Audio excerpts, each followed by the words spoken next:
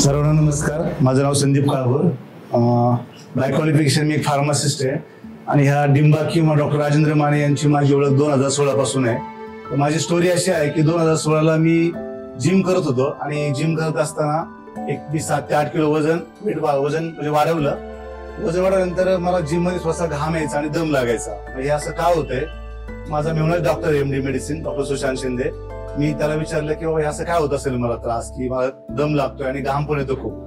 तर तो म्हणला तुमच्या काही तपासण्या करू आपण बेसिक सुरुवातीला.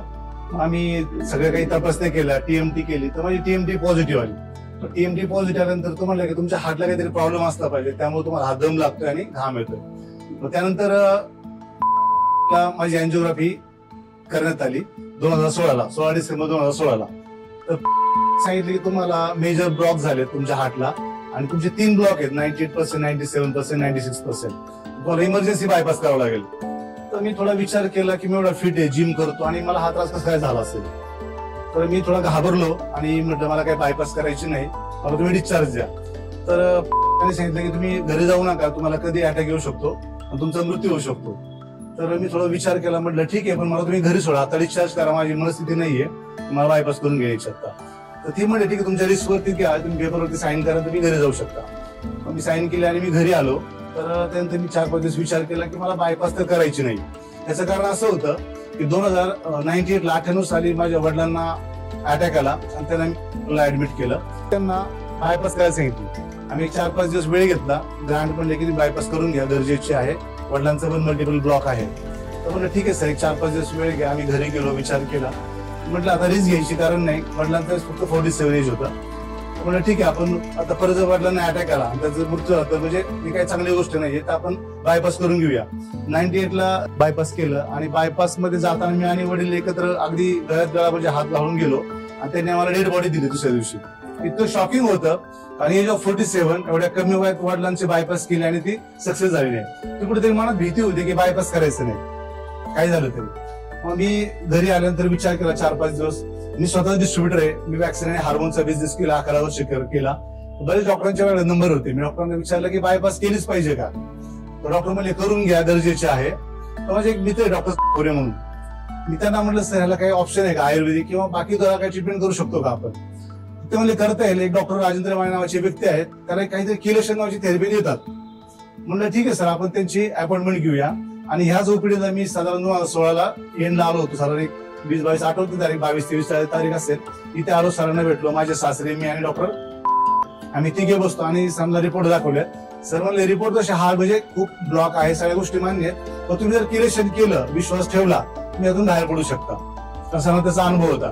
पण माझा विश्वास नव्हता की यातून मी बाहेर पडेलच का. मग मी हळूहळू म्हणलं ठीक आहे, मला असं वाटतं की आपण काहीतरी वेगळं ट्रीटमेंट आहे तर करून बघूया.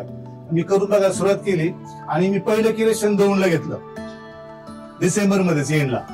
मी दौंडला गेलो, ट्रीटमेंट चालू केली. तर सरांनी मला पहिलं पुस्तक वाचायला दिलं, you can heal your life, तुमचं जगणं तुमच्या हाती. सर म्हणले वाचा तुम्ही, किलेशन चालू आहे 3-3.5 तास, तुम्ही काय करणार, पुस्तक वाचाय. तर मी ठीक आहे म्हटलं, पुस्तक वाचायला सुरुवात केली. ते लेडीची पूर्ण स्टोरी वाचली.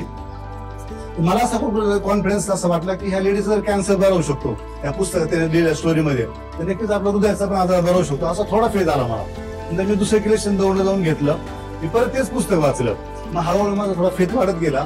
होते मी 4th-5th किलेशन इथं सुरू केलं, कारण मी तर किलेशन मी पहिला व्यक्ती आहे या सेंटरमध्ये. नंतर माझा हळूहळू थोडा फेज वाढत गेला. मग परत मी काही पुस्तकं वाचत गेलो. आणि माझा डाएट चेंज केला आणि पुढच्या 3-4 महिन्यामध्ये थोडा ट्रीटमेंट चेंज झाला.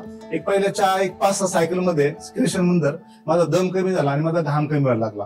मला थोडा फेथ वाढला की ह्यातून आपल्याला इफेक्ट होतोय. मग हळूहळू मी त्या गोष्टी करत गेलो, डाएट प्रॉपर केला. माझं वेट लॉस झालं. साधारण 4-5 महिन्यामध्ये माझं 8 ते 9 किलो वेट लॉस झालं. माझं 82 वर कमीत कमी ते म्हणजे 80 अगदी 76-72 पर्यंत आलं. माझा थोडा फेज अजून वाढला आणि हळूहळू मी किलेशन घेत गेलो आणि पूर्ण ते 4 ते 5 महिन्यात पूर्ण ते सायकल कम्प्लीट झाल्या. नंतर माझं वेट लॉस झालं, माझा घाम दम पूर्ण म्हणजे गेला. मला एक फेथ वाटला की हे पूर्ण गोष्टी चेंज होत आहेत. नंतर एक 6 महिन्यानंतर 8 महिन्यानंतर परत आम्ही परत एकदा ते हे करून पाहिलं, अँजिओग्राफी करून पाहिली. तर सगळ्यापैकी बऱ्यापैकी सगळे ब्लॉक रिलीज झाले होते आणि माझा दम पूर्ण गेला. मी क्रिकेट खेळत होतो, मी सायकलिंग करत होतो, मी पोहत होतो. ह्या सगळ्या गोष्टीमध्ये मला असं वाटलं की ह्या कुठे आपल्या लाईफ मध्ये पूर्ण ट्रान्सफॉर्मेशन झाले. पण ह्याचं एकच कारण की डॉक्टर मानेंच्यावर मी विश्वास ठेवला 100% आणि या गोष्टी करत गेलो आणि त्यामुळे माझ्या लाईफ मध्ये 100-360 मध्ये चेंज झाला. आज मला एक रिलेशन घेऊन 8 वर्ष झाली. टोटल माझं वय 69 किलो आता माझं वजन आहे आणि माझं 45 रनिंग एज आता. हे सगळ्या सांगण्याचा उद्देश आहे की हे करण्यामागे सगळे डॉक्टर माने यांचं रिसर्च असेल किंवा ती जी टीम आहे ती पहिल्यापासून मी त्यांच्याबरोबर जॉईन झालो, विश्वास ठेवला आणि त्याचा रिझल्ट तुम्ही समोर बघताय. मी आज जर बाहेर गेलो कुणी मला पेशंट म्हणू शकत नाही. कुणी म्हणजे पाहिल्यानंतर असं वाटतं की हा व्यक्तीला काय फिट अँड फाईन आहे. तर मी खरंच फिट अँड फाईन आहे, कुठल्या प्रकारच्या गोळ्या चालू नाहीत आणि जे हेल्दी आणि चांगली लाईफ जगू शकतो. स्वतः सांगितलं की तुम्ही डिंबा बरोबर जॉईन व्हा.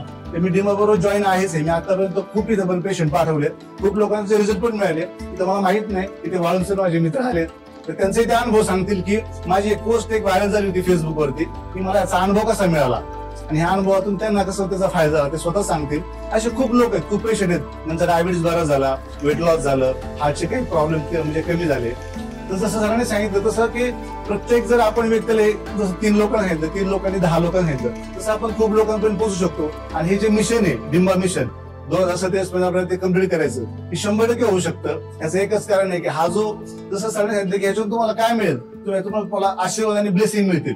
एवढं नक्की जे मला मिळालं आतापर्यंत.